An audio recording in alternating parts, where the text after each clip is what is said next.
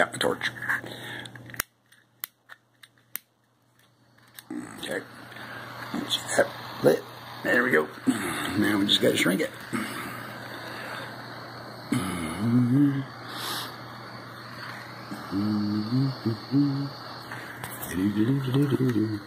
There you go. All done. All repaired. Now let them dry and cool down and be good as new. Just can't even tell. See? Where the dog chewed it in half. That's a computer thingy for mechanical repair, checking fuses and stuff.